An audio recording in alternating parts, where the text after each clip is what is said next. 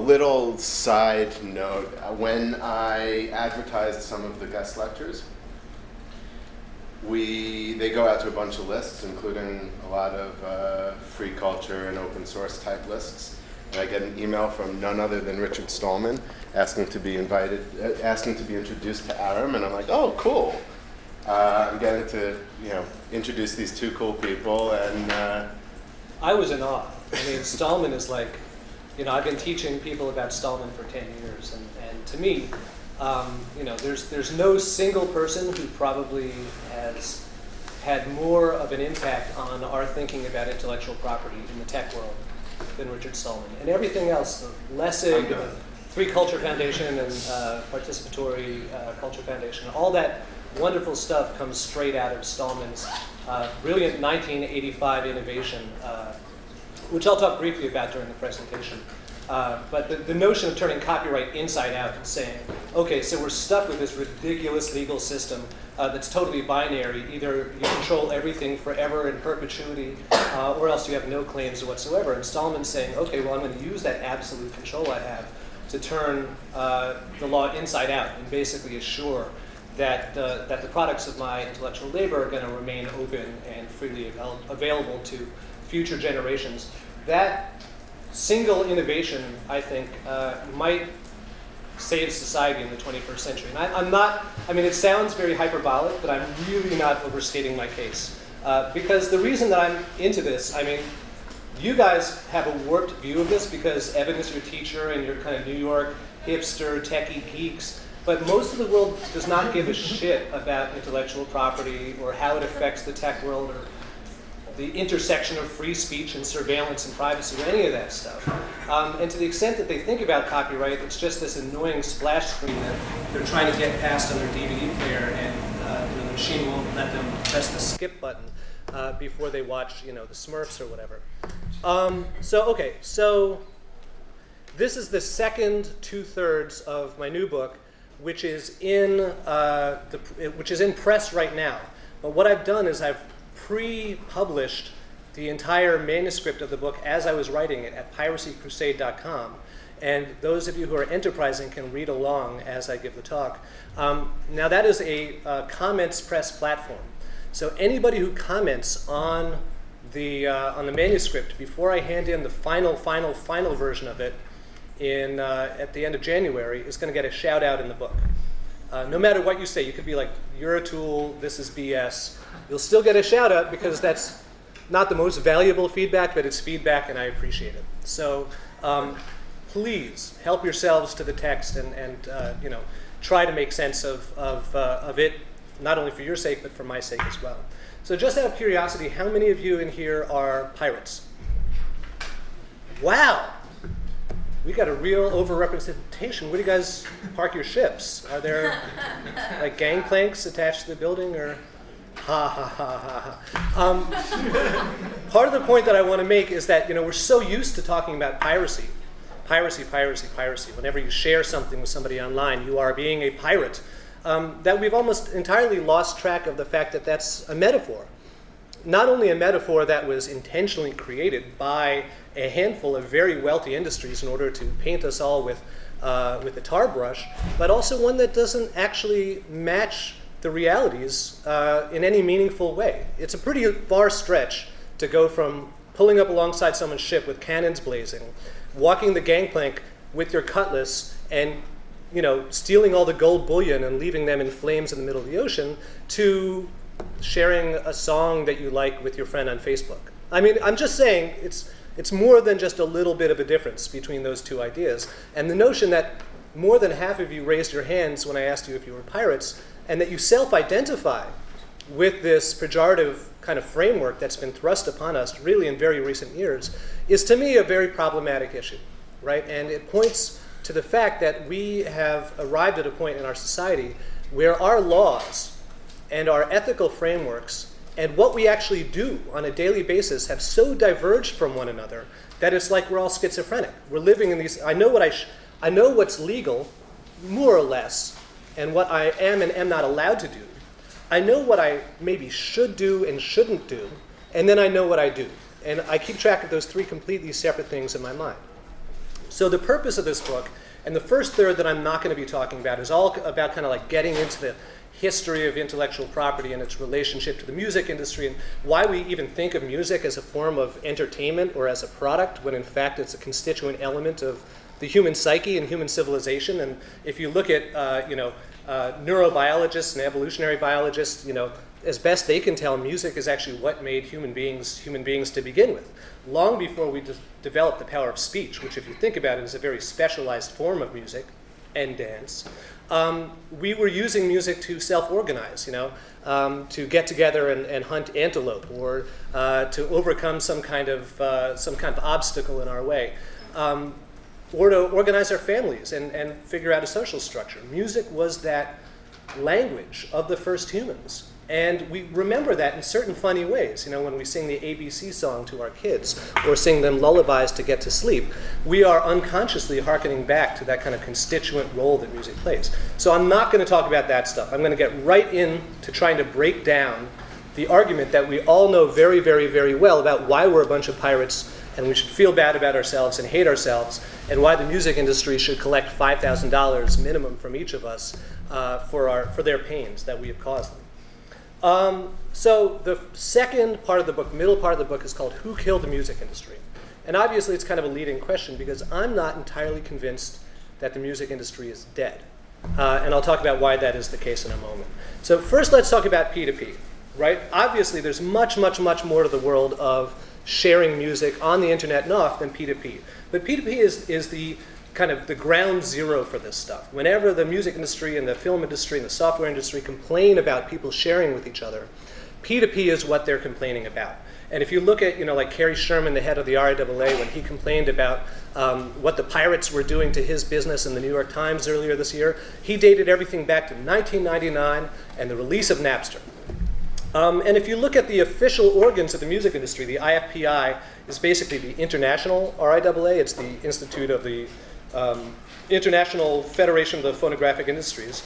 They claim outright that P2P threatens to put their entire sector out of business.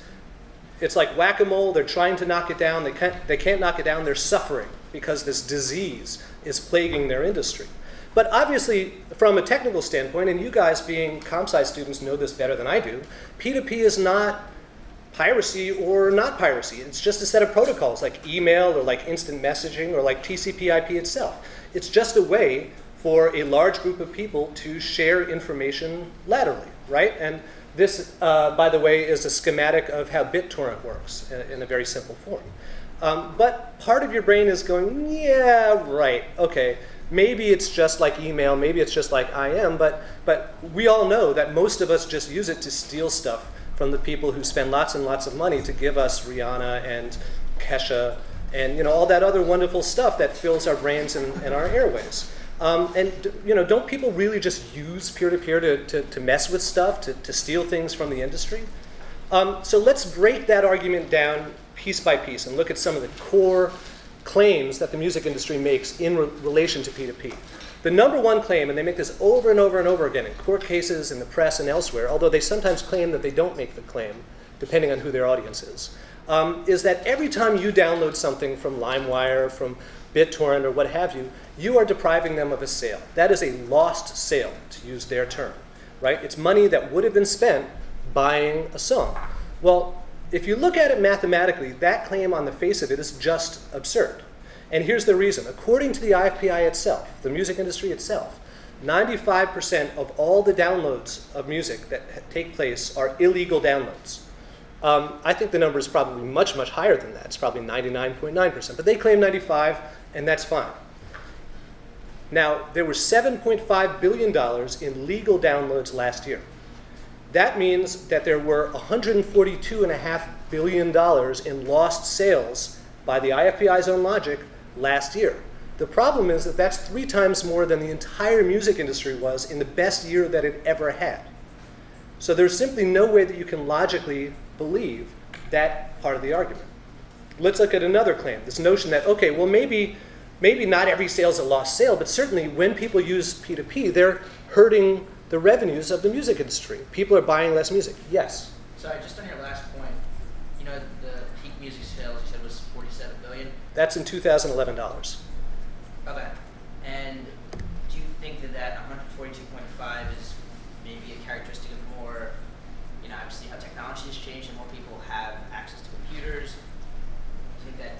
That's a great question. So the question is, would people be spending 3 times as much on music this year as they did 10 years ago if it weren't for peer-to-peer? And I have many elements of this presentation that attack that from different angles, so we can get back to it when I loop around. But my answer is no.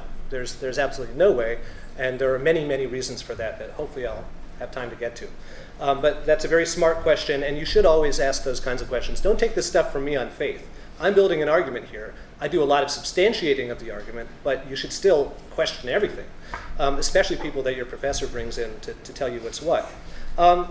So the way I got into this game, way before I was in academia, like way a long time ago, I'm old, I'm 40, but when I was like in my mid-20s, I was an internet researcher at a consultancy here in New York called Jupiter Research. And it was .com 1.0. It was the big, we didn't know it was 1.0.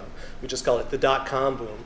And I came out with a piece of research soon after Napster was released, because my clients were the RIAA and the MPAA, all the major record labels, and they wanted to know how are new technologies affecting our business. So I did a big research study where I asked people, are you buying more or less than you did last year? Do you do this? Do you do that? Do you use file sharing? Do you do this other thing? And when I looked at the relationship between those two numbers, progression analysis for you stats heads, it turned out that the people who had been file sharing were 45% more likely than everyone else who was identical in every other way to have spent more on music this year than they did last year.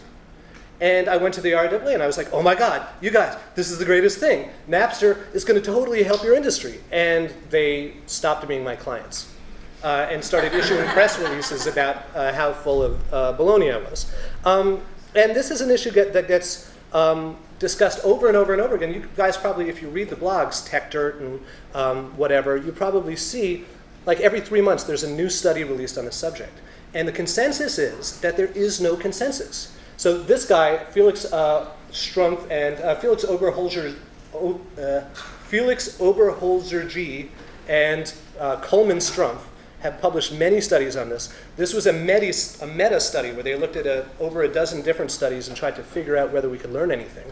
And basically what we've found out is that no matter how many times you ask this question, we will never arrive at a consensus. It's kind of like a Rorschach test. If you believe that file sharing is awesome, you're going to believe the research that says that it helps music sales. If you believe it sucks, you're going to believe the research that says that it hurts music sales. But there's no empirical way to infer either from the bulk of the research that's been published. And this is a very rare subject that you could have so much money and effort thrown at it for 15 years and not arrive anywhere close to a consensus.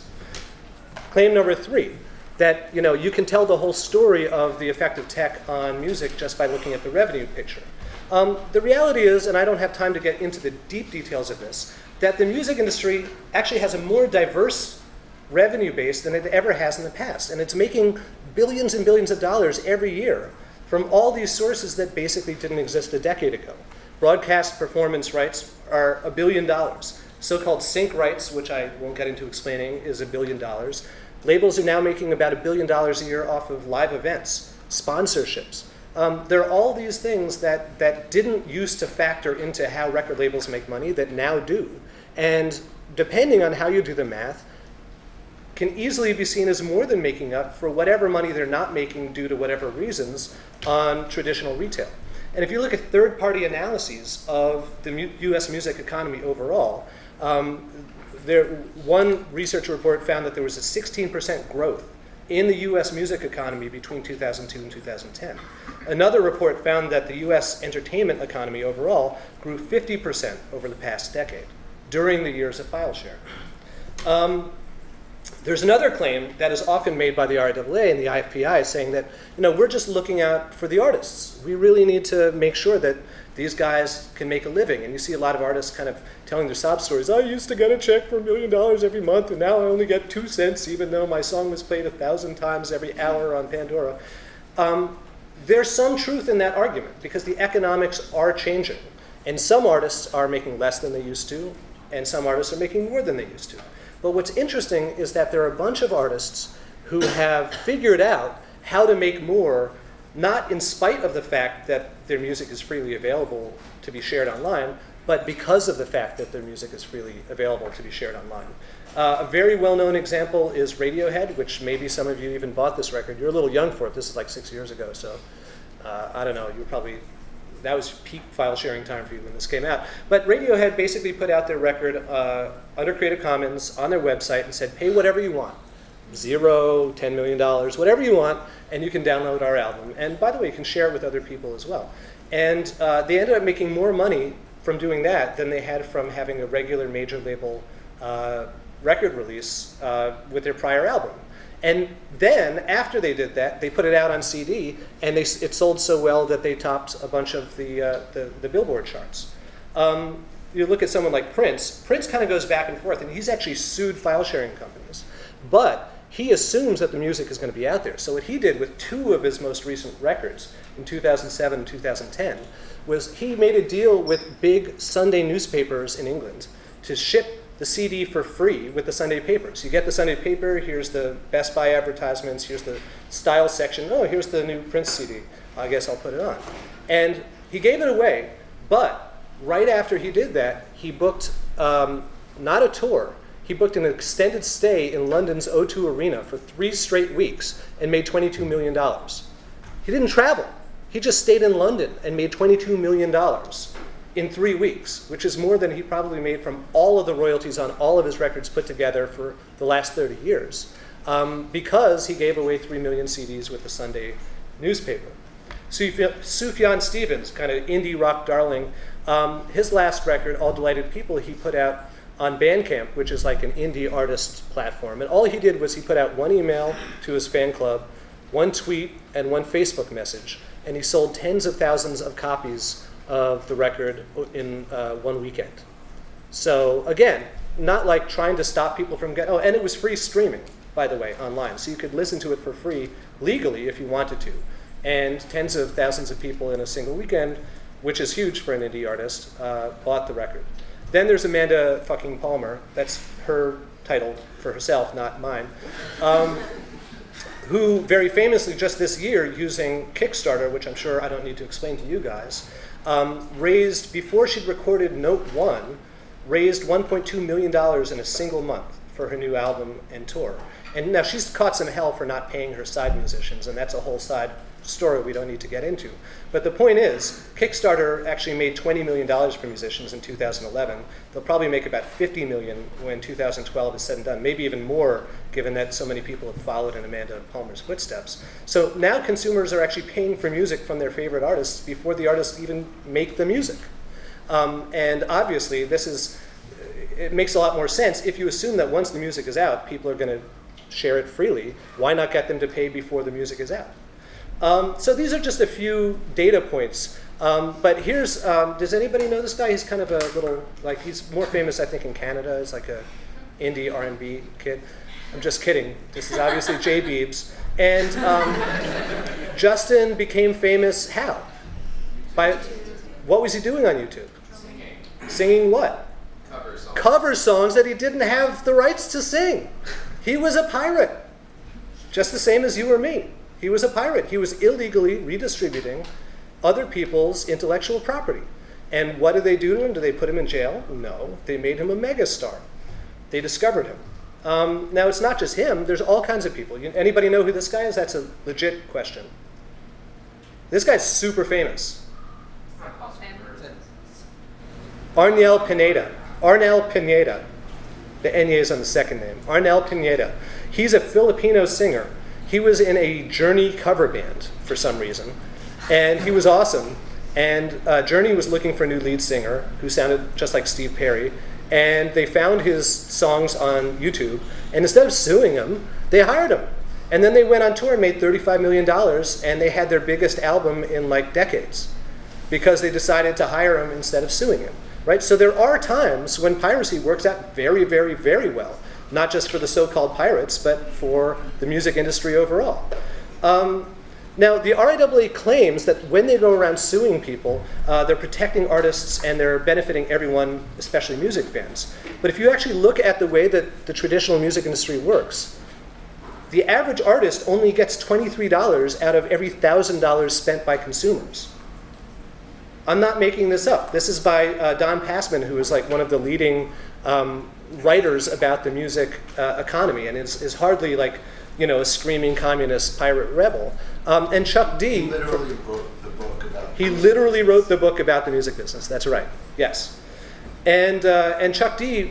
Just did an analysis of iTunes and found that the average artist makes, I think, $80 for every 1,000 that's spent on iTunes. So the online industry is not much better than the traditional industry in that respect. So it's not like artists have a lot to lose by, and I could literally have in the past spent days talking about all the ways in which the music industry has been screwing artists for 100 years. So let's look at the numbers that everybody knows. So this guy, this economist named Stanley Leibowitz, who was my opponent in many court cases, like LimeWire.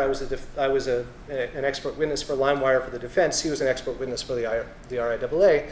He puts out this, and this is part of basically every time the record industry sues somebody, they use Stanley Leibowitz's numbers. And what he says is if you look at how many albums are sold per person over the past 30 years, you can see the trend line goes up and up and up and up and up.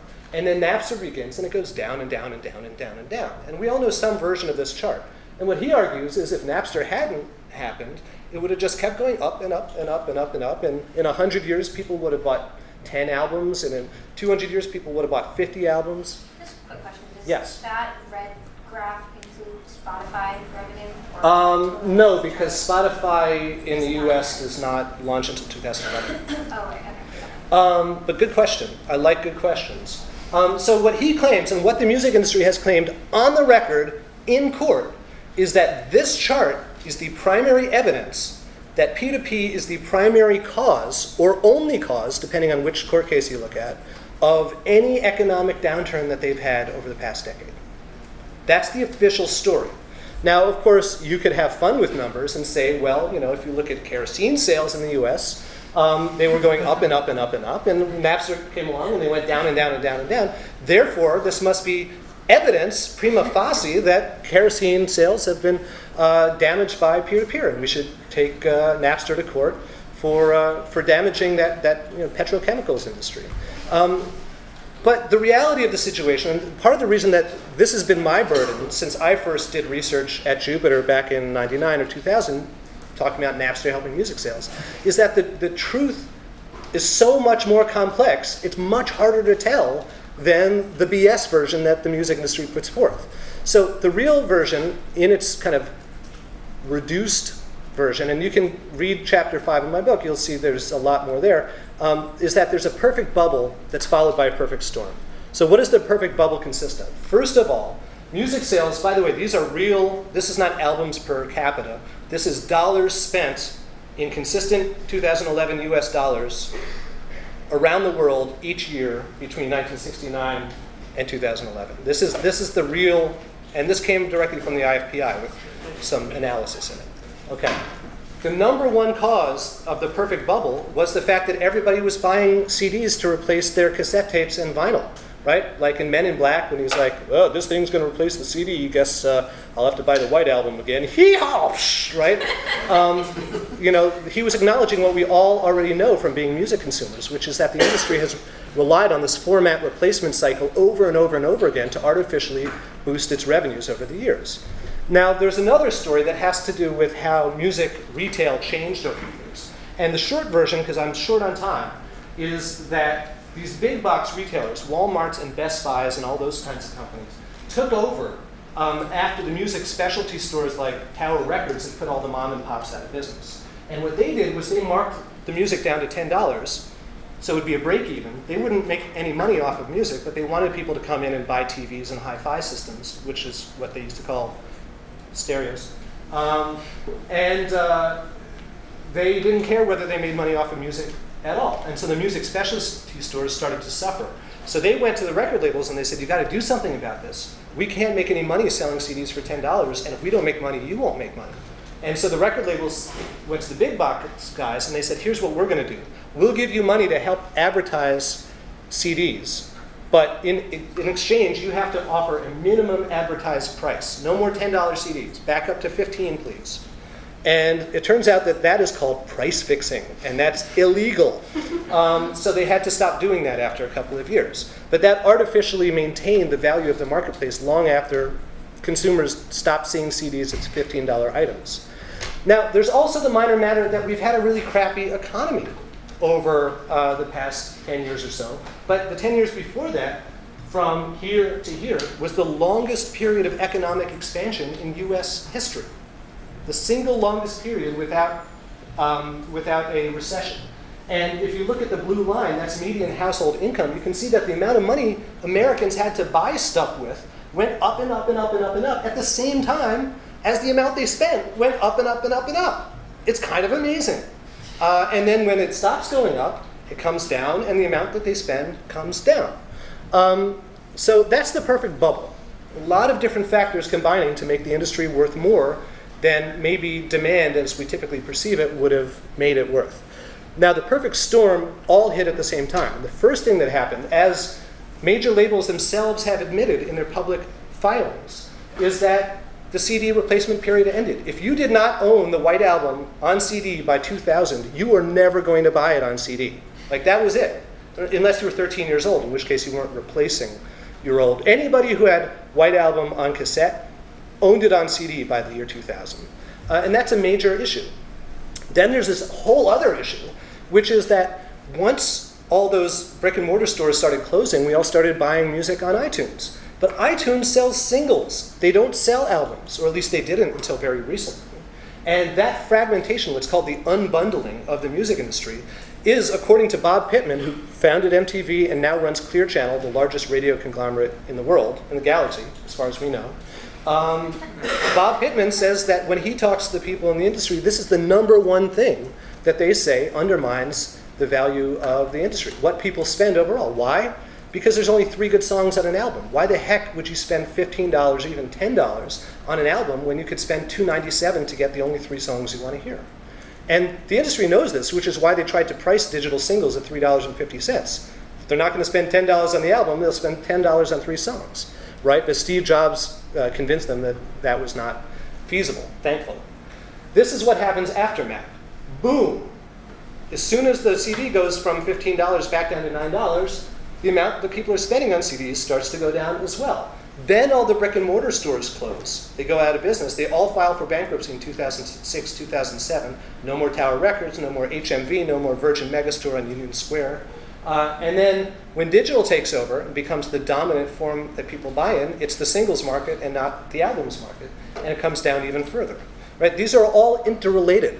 When I was an expert witness on LimeWire, the counsel for the record industry tried to ask me, well, what percentage is due to this and what percentage is due to that? And they tried to argue that because I couldn't ascribe, well, 10% is due to retail transformation and 15% is due to unbundling, because I couldn't parse those out, they said that my argument didn't hold water. But these are not discrete factors. They all interrelate to one another. It's part of a complex. Yes, you've got another smart question, I'm sure.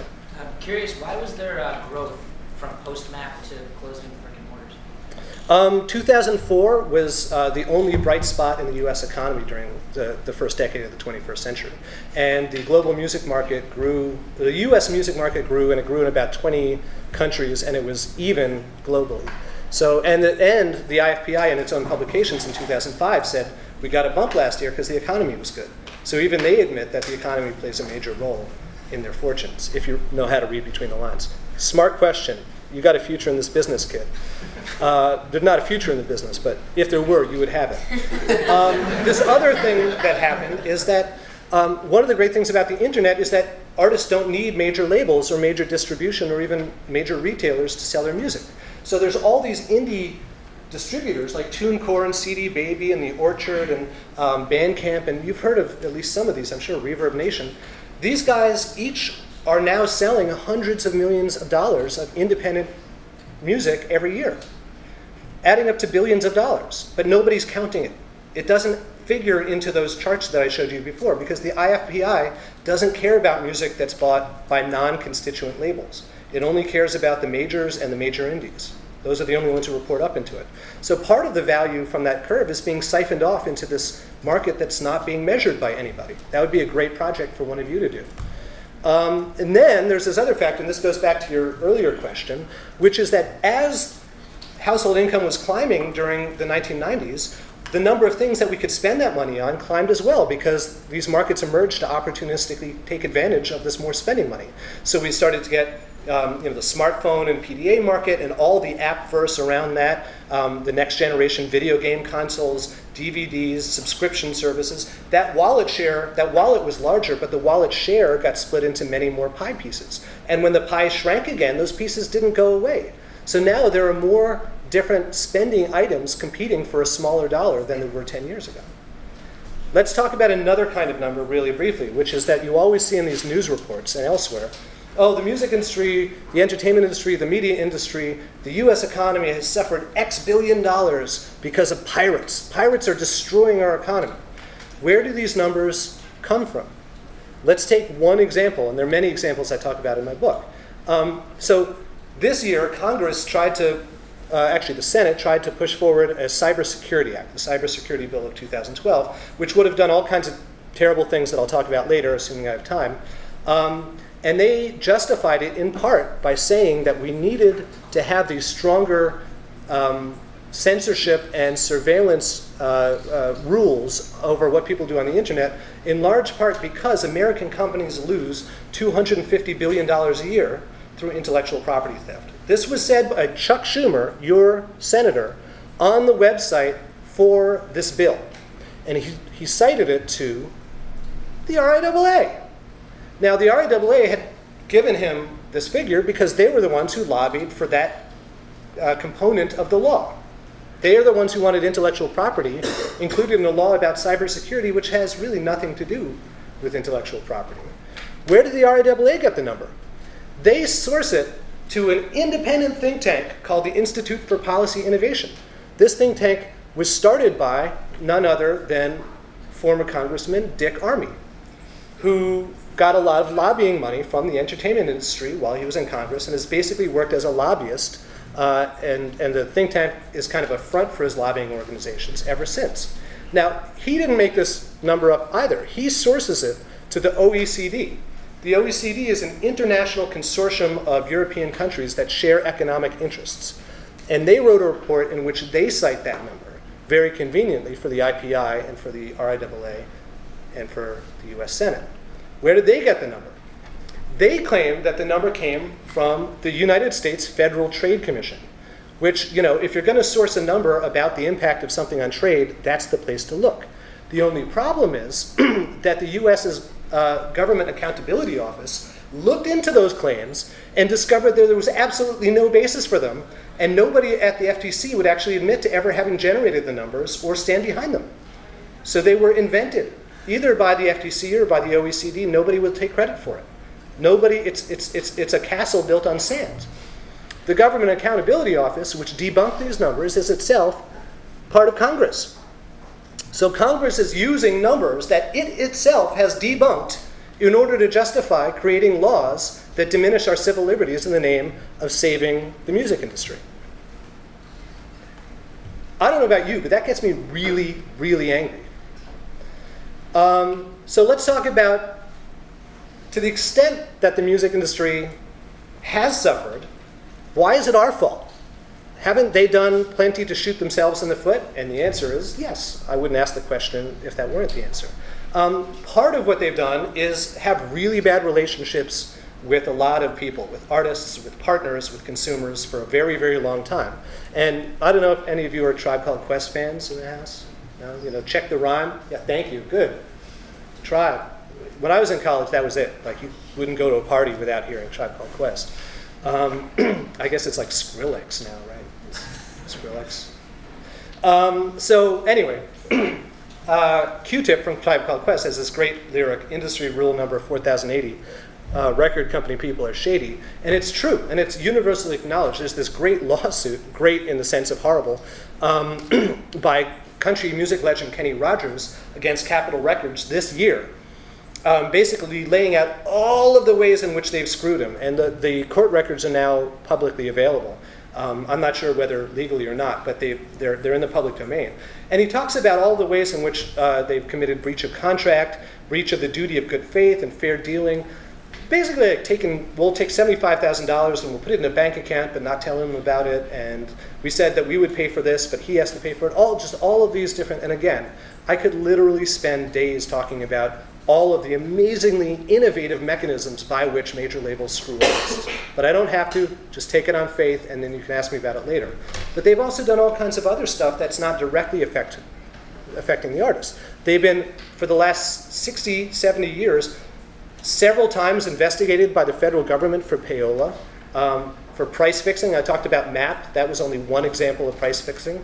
All of the album filler stuff, let's make you buy albums and not sell you singles so that you have to spend $15 for the 3 songs.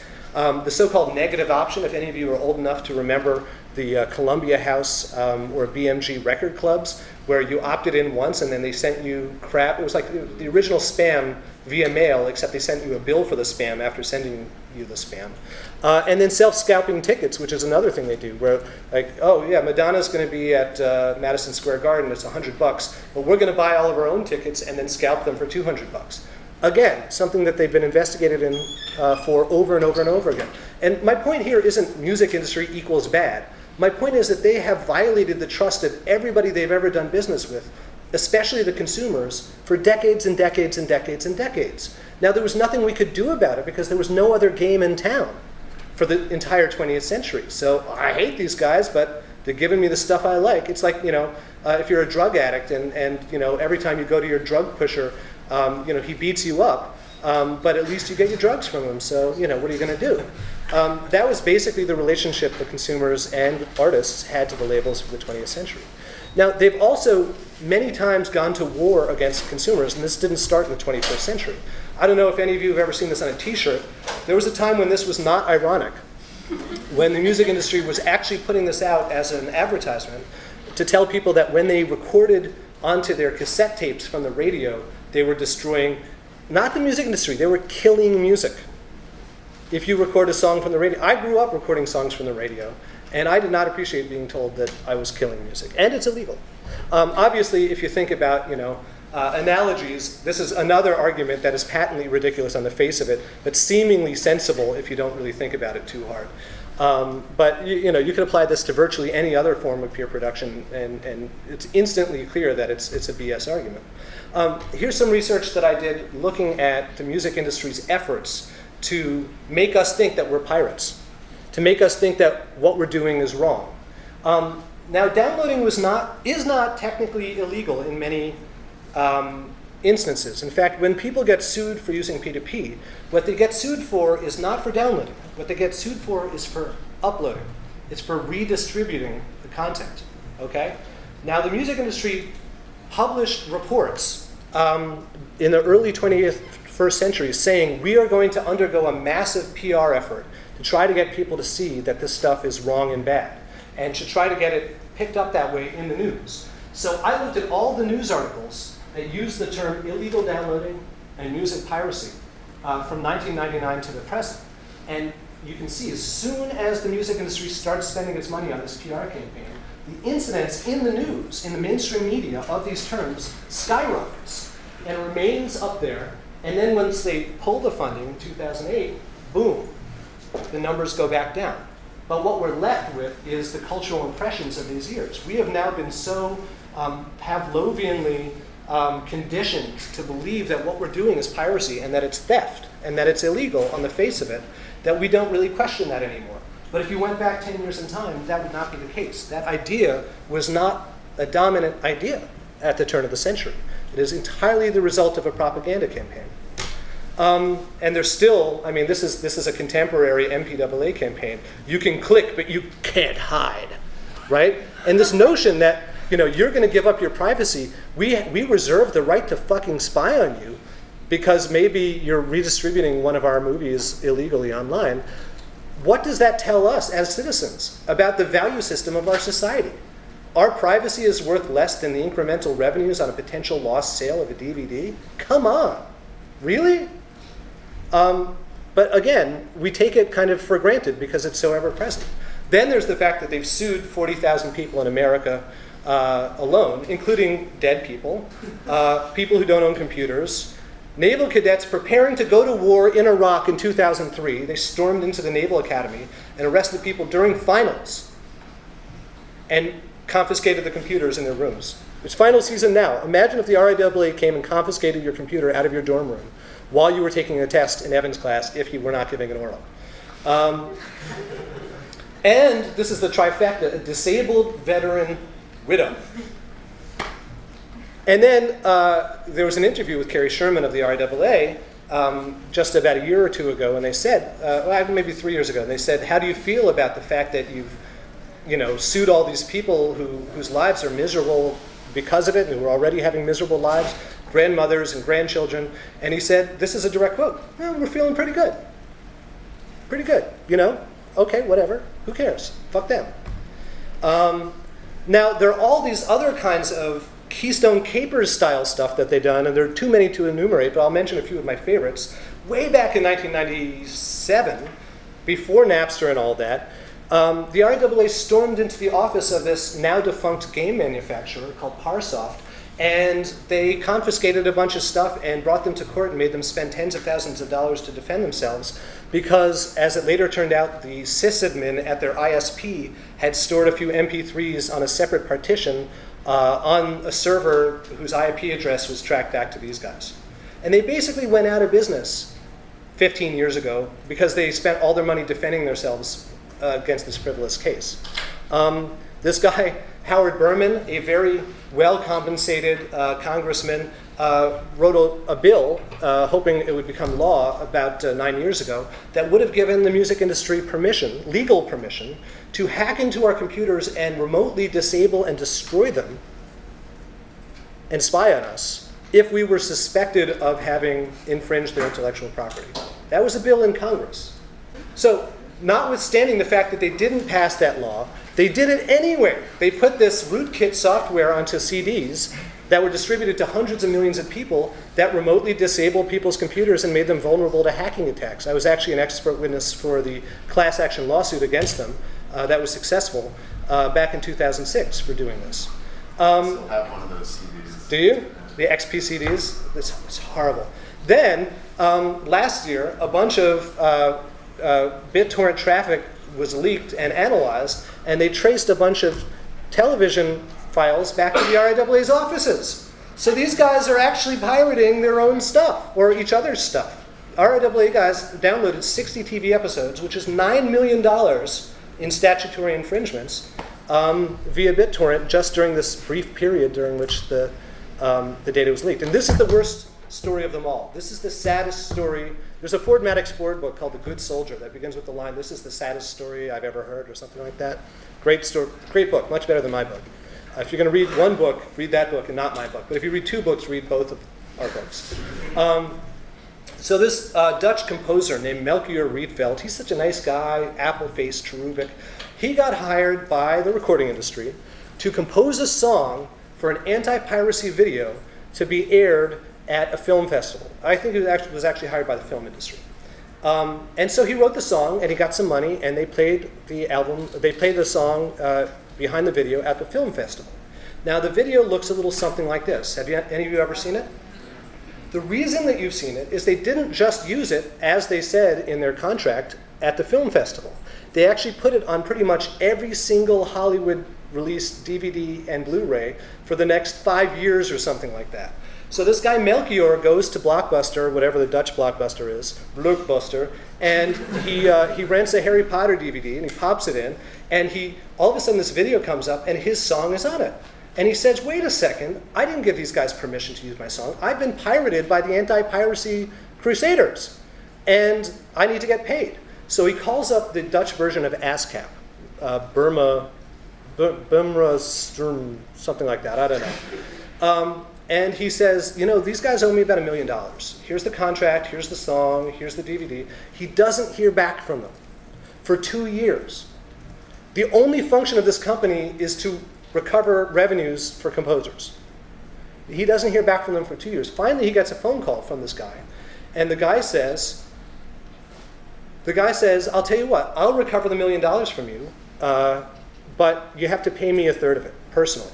Not pay us, you have to pay me. So he's extorting the anti-piracy crusader is extorting the musician whose work has been pirated by other anti-piracy crusaders for $350,000. Fortunately, he calls this TV show, that's like the Dutch version of Punk'd, and he gets the guy to repeat his offer on the air, basically on live television, and the guy gets busted. And the court case is still going on. But this, to me, is just like, evidence of what a sick and twisted system is. These piracy crusaders who are always taking the moral high ground are the lowest bottom feeders on this planet. They're horrible people. Not all of them, without exception, but the incidence of horrible people within these organizations is much higher than in the general population. And again, these are just data points, these stories. There are so many of them, I can't count them. So the final third of the book, how am I doing on time? Got like half an hour, right? No, 25 minutes.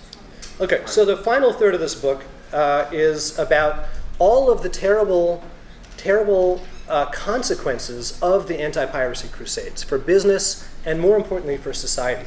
Now, I don't have time to get all the way into these stories, but basically in this chapter, I tell the story of 5 different innovative digital music companies from 1998 to the present that each, with the best of intentions, tried to negotiate with the major labels. And in some cases, such as this one, they were founded by members of the major labels who left to do something interesting. Jeremy Silver here used to run music licensing for EMI. Then he went to Uplister, and basically they told him that they wanted millions of dollars up front, otherwise they wouldn't license to him, and he had to close his doors and fire everyone. This guy, any of you ever used Muxtape 5 years ago? Yeah, you're right in the target demographic. This pretty boy indie music type, Justin Ouellette, started a website called Muxtape that became like the darling of the digital music scene overnight back in spring of 2008. And the day after all he did was post it to his Tumblr. The next day he got a phone call from General Counsel at Universal Music Group saying, "What's your address? I want to know where to send the summons." That was it. And then he would go to these meetings and he'd be at the table, and all the business development guys at the labels would be like, "We want to negotiate with you. We love your service. We use it every day. Let's do business." And he'd look over, and the lawyers would say, "Well, we're going to see you out of existence. You have to stop and desist."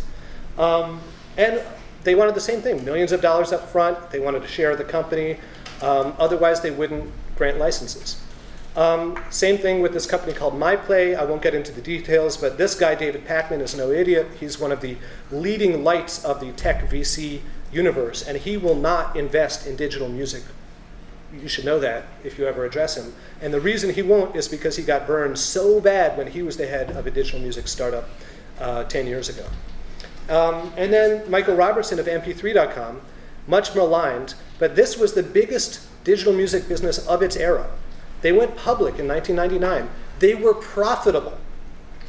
And they were distributing, with permission, major label music in a promotional context. And they ended up getting sued for essentially offering what iTunes Match now does. But without a license, because the argument was, well, you already own the music, we're just giving you some place to store it.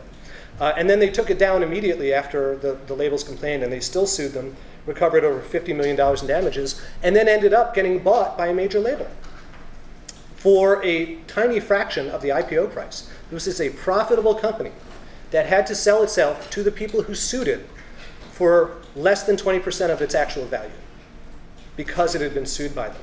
Oh, and MyPlay, which I mentioned before, David Pakman's company, also got sold to a major label. So a lot of times they will sue, bankrupt, and then acquire, and then deep six. And then there's this really sad example of this initiative called Chorus, which was born inside of Warner Music Group a couple years ago. This visionary guy, Jim Griffin, up at the top, and his friend Jack Foreman. That's Jim, that's Jack. And their basic idea was, we want to license music at the ISP level. And since we're from a major label, we know that it can work. We'll go to the ISPs and we'll say, we will give you a covenant. We're not going to sue you. All we want is give us $5 a month, and anyone can share whatever they want. They can download, they can upload, they can remix, they can mash up, they can make playlists, they can do whatever they want. They don't have to pay for music ever again. Just $5 on your ISP bill, you're covered. And they could not, in 18 months, get another major label to agree to work with them. In fact, there was a case where a meeting between two major label heads was canceled because they couldn't agree on whose office to meet in. I'm not joking. I'm not making this up. And they couldn't get a single ISP to actually sign on because there was no clarity from the major labels. So after 14 months, after 18 months, they had to pull the plug, and even this initiative from within the major labels themselves couldn't get off the ground. Now, I called this guy Larry Kenswell. Larry was the head of music licensing for the biggest major label in the galaxy for 11 years, during all of the years during which this was happening. And I ran all these stories past him. I was like, Larry, what were you thinking? Like, wouldn't you have done better to actually license to these guys than sue them? And he gave me the most amazing quotes I've ever heard in 15 years of interviewing people. He said, why license them and make a little when you can sue them and make a lot? According to him, that was the dominant attitude among the legal departments at the major labels during the entire digital music period. Why license and make a little when you can sue and make a lot? In fact, it was so overboard that the majors started instituting quota systems where an executive would have to make a couple $1 million per quarter to keep their job. Now, you could make that $1 million licensing, or you could make it by suing, but you were going to make it a lot faster and a lot bigger by suing. So there was actually structural incentives for people not to license to third parties. I feel terrible about having to rush through that chapter because there's a lot there, but I really do want to get to the meat of this stuff. On the RIAA's website, they say, randomly, that they take an uncompromising stand against censorship and for the First Amendment rights of all artists to create freely. I'm not sure why they say this, because judging by the policies that they have pushed for in the name of combating this boogeyman of digital piracy, they have done everything possible to remove people's First Amendment rights and to censor people's online communications. I will mention some of the examples, but it's important to know where this stuff comes from. How could the RIAA have such an effect on law and policy in the US? The answer is that we have this thing called lobbying. Lobbying is when private industries give money, either above the table or through various kinds of circuitous paths, to lawmakers and get them to make the kinds of laws that they would like to see. Now, the RIAA, and there's also campaign finance, which is similar, but not exactly the same thing. You guys probably know about this from watching Colbert, if nothing else. The RIAA, over the last 12 years, has spent $56 million on this. And the recording industry overall has spent over $150 million on it. And all of the entertainment industries, including TV, movies, and music, have spent $1.5 billion on this. And the copyright industries overall, which includes publishing, have spent $2.3 billion on this. And if you look just at, forget about campaign finance for a moment, because that's less trackable. If you look just at above the table lobbying, just on the subject of so-called intellectual property reform, which always means stricter rules. In the last 3 years, 2009, 2010, 2011, there has been almost $3 billion spent on this one subject, trying to influence laws. Let me reiterate. How big is the music industry in the US? $7 billion?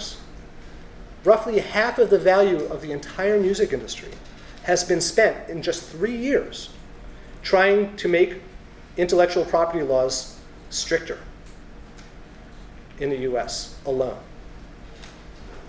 I find that astounding. So if you look at the kinds of laws and policies that come out of that, they're pretty extreme.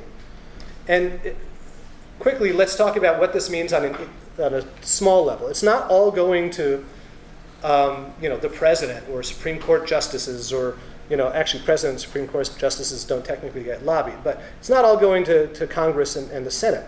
This guy, Bill Lockyer, was the Attorney General of the state of California. And back in 2004, he sent a letter out to all the other 49 state attorneys general. You like that, right? Attorneys general. And he said that he had grave concern about the effects of P2P on the American economy. Now, Wired magazine got a hold of the letter that he sent out, and they looked at the metadata of the Microsoft Word file, and what they found out was that it had been written by the MPAA. It wasn't even his words. He had just basically forwarded something that the MPAA had sent him under the guise of trying to make policy with all the other state attorneys general, the people who are supposed to be policing corporate malfeasance. Right? And if you look at the numbers, this is public information. He actually received $36,000 in financing from the entertainment industry in that year alone. Right? So this was quid pro quo. We give you the money, we give you the text of the law, you turn the text into law. That's how it works, over and over and over and over again, at the state level, at the federal level.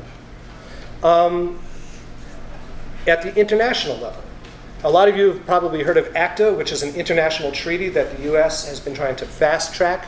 It's gotten a lot of resistance in the last year in Europe, fortunately. This was negotiated in secret without even legislators being able to attend, but guess who was there? The RIAA and the MPAA as industry representatives.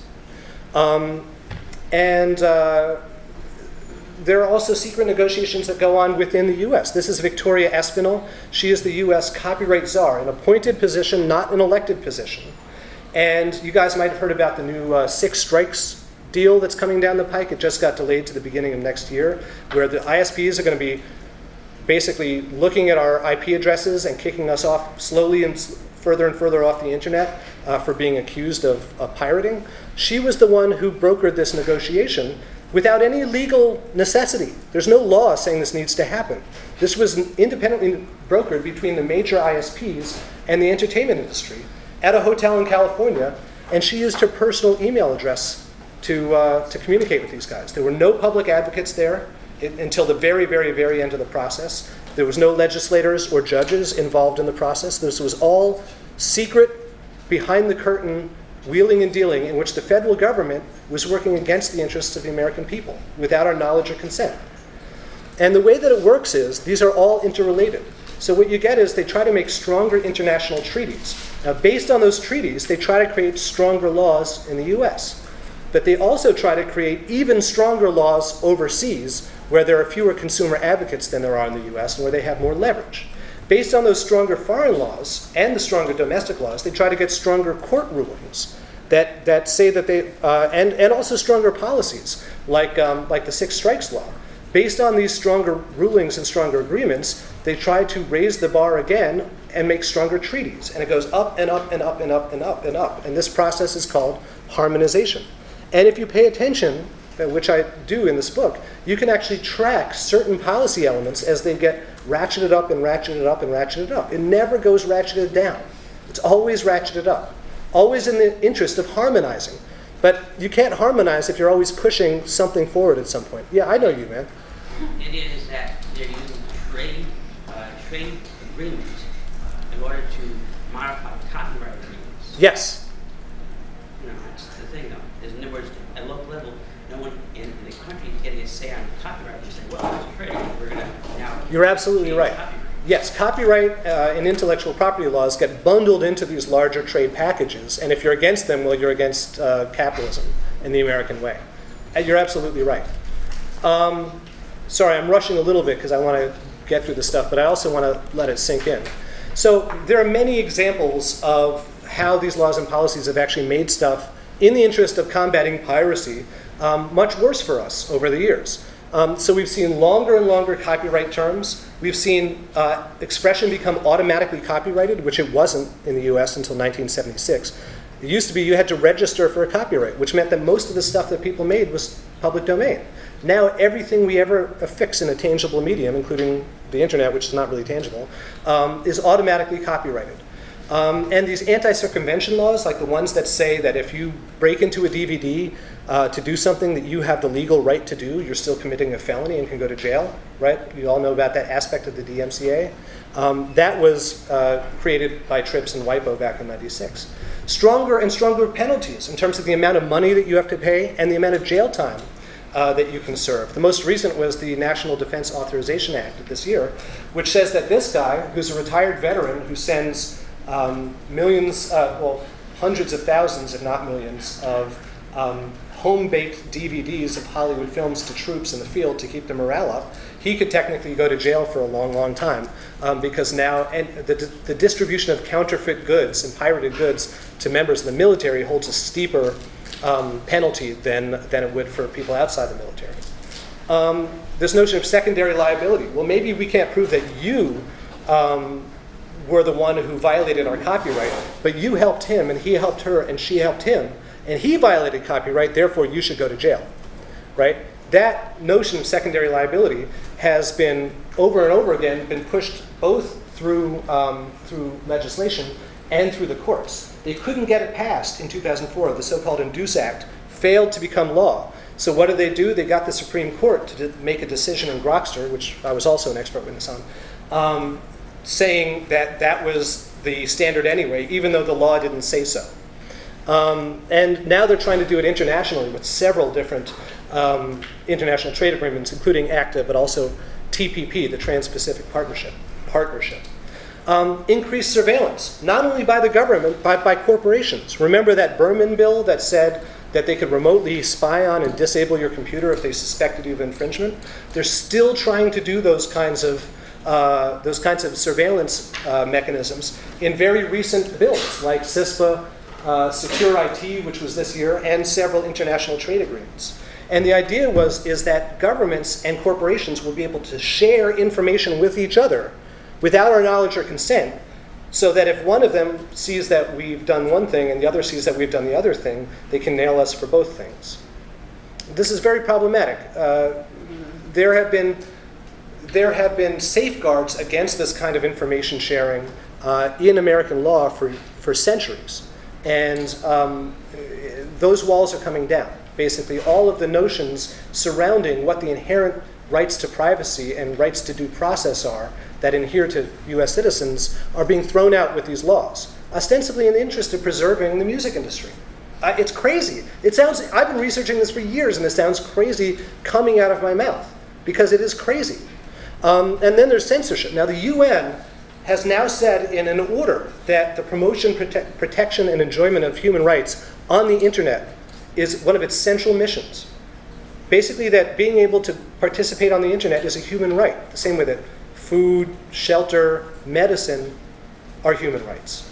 Access to participate on the internet is a fundamental human right ratified by the UN.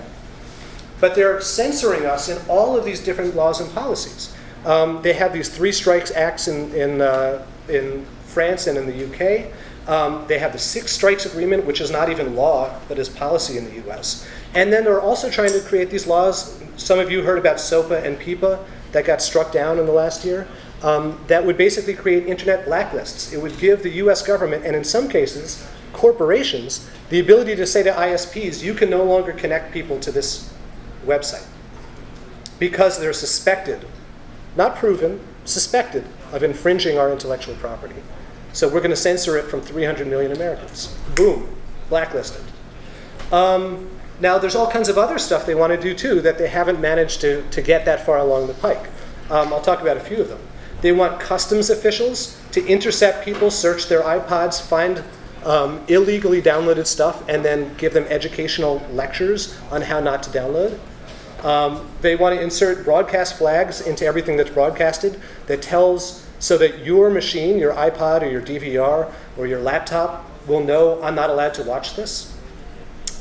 They want to remotely disable people's computers. I talked about that.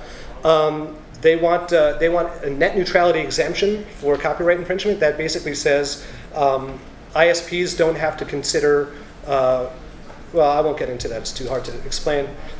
They want all consumer electronics manufacturers to use DRM. That means even your laptop would not let you listen to stuff that you don't have permission from the internet to listen to. They want the Department of Justice and Department of Homeland Security to be the copyright police internationally on behalf of Hollywood, because Hollywood doesn't want to pay for it themselves.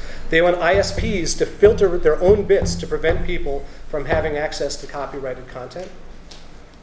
They want to make sure that your TVs have special chips in them, and your stereo systems, if you have them, that will prevent you from being able to deliver movies and TV shows and songs to a device if you don't have permission to use it on that particular device. Yes? Do they ever grab these solutions as a negotiating point? Yes. Yes. To sort of find the middle ground that is slightly less ridiculous? That's a great question. And the answer is no, because if you look at the arc of the development of these policies, there's no middle ground. It's all escalation. It's like that Escher staircase that keeps going up and up and up, around and around itself. So yes, they have published these wish lists in various forms, like to the U.S., to the FTC, among other places. But no, it's not because they're trying to negotiate a middle ground. And then there's the big kahuna wish list item, which is the internet kill switch, which, by the way, they just used last week in Syria, right? You're all familiar with this? Like internet in Syria went, right? They have now twice introduced legislation in the US that would give the US federal government the same power that Syria just used. Yes? In the interest of stopping intellectual property enforcement, yeah. How much have you found in your research that this problem is just one element of a much larger problem of lobbying? Great question. There's a reason that Lawrence Lessig, who was one of the first free culture theorists, stopped talking about copyright and started talking about government corruption. And that was because the more he looked into this, the more he realized that there was a procedural problem with how laws get made. So that's a great, very smart question, and the answer is it has everything to do with that. But my job with this book is to point out that that this particular rationale behind these particular policies is bogus, and that the risk is not worth whatever the dubious benefits are. But yeah, I'm absolutely part of a larger intellectual community that is fighting this war for civil liberties on many different simultaneous fronts. Yes? Do you think it's inevitable that sooner or later we're going to get to the point where there's going to be an internet kill switch and there's going to be that kind of regulation? Or do you think it can be like, it's maybe never more of a battle? That is the gazillion-dollar question. And inevitable is always dangerous to say when you're talking about technology and society, as I'm sure Evan tells you one way or another every single week. It is not an effort that the content industries and their allies are going to turn aside from anytime soon. And it's like they're kicking towards like a field goal, and the ball is going this way and that way and that way, and at some point it's going to go through the goal. Statistically speaking, probably. That being said, another whole arm of my research that I kind of put on the back burner for this book, but that I'm now bringing back to the front burner, is looking at technological workarounds to prevent these kinds of policies from having any genuine impact on how people use digital communication networks. For instance, I showed them your mesh network talk. Oh, you did? Yes. So that TEDx talk that you saw is my particular approach to figuring out how is this not going to be inevitable, right? What are the outs for us to avoid living in a state of permanent global informatic lockdown? And I'm optimistic. I wouldn't be doing this if I weren't optimistic. I'd go and work for the bad guys and make a lot more money than I make, which I've done. But I think that ultimately, there is something about the human spirit that loves liberty, and I think that we collectively have such a capacity to transform our societies through the uses of these new technologies in such profound ways that that it would be a shame for us not to work towards that better future and to just consign ourselves to the worst possible developments taking place. So I would encourage all of you in your own ways to participate in the battle for free minds and societies going forward. In fact, I'm not even going to get to the last chapter. I'll just take questions since you guys seem to have some. Yeah? It sounds like, to me it sounds like you're saying that you're okay with a lot of file sharing from a business standpoint, that in the music industry there's no real concrete evidence that it's hurting the music industry. That is absolutely correct. There is definitively an absence of evidence that it hurts the music industry. My only question is, how do you feel about it from an artist's standpoint, though, creatively? The artist just doesn't want their music to be sold freely. I mean, that's still the issue, too. That is a great question. By the way, I'm a recording artist. Okay. I'm a musician. That's part of why I got into all this in the first place. I'm a songwriter, a composer, not a super successful one, but a serious one. I've made money making music at many points in my life. And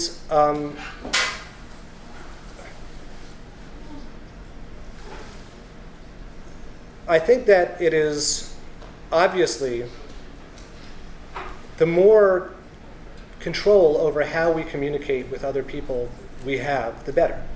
And that's the case whether you're an artist or just a citizen. And having control means being able to share information with you, but not with you.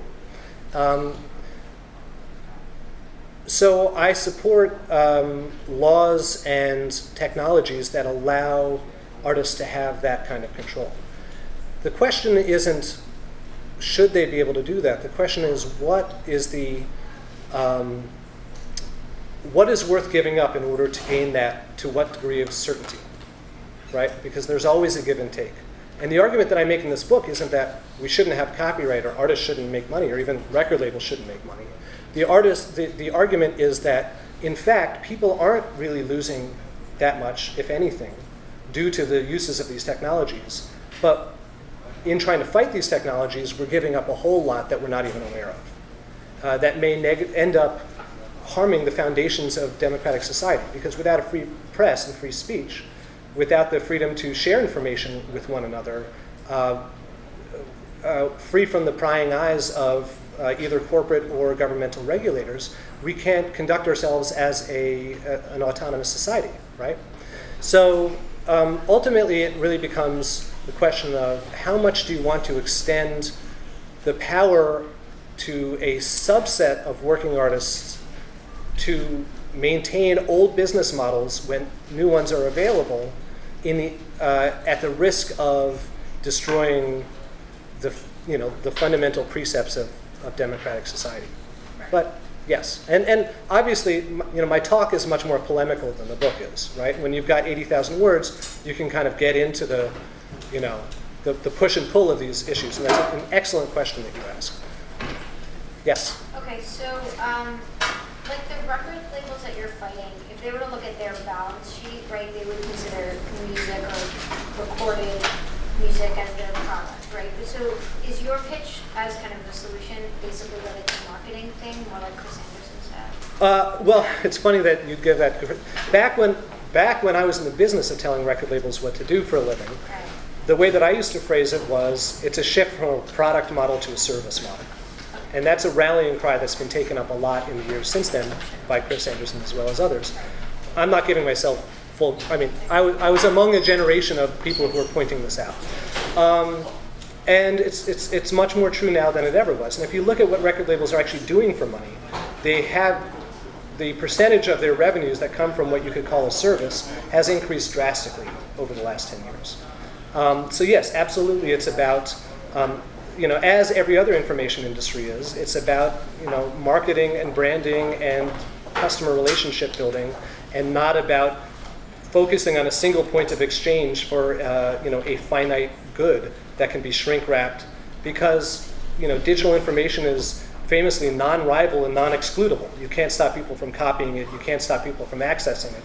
All you can do is develop businesses that make it easier for people to access it in useful ways rather than a pain in the ass, which is what file sharing really is. And I'm out of time. So I want to thank all of you for being here. Again,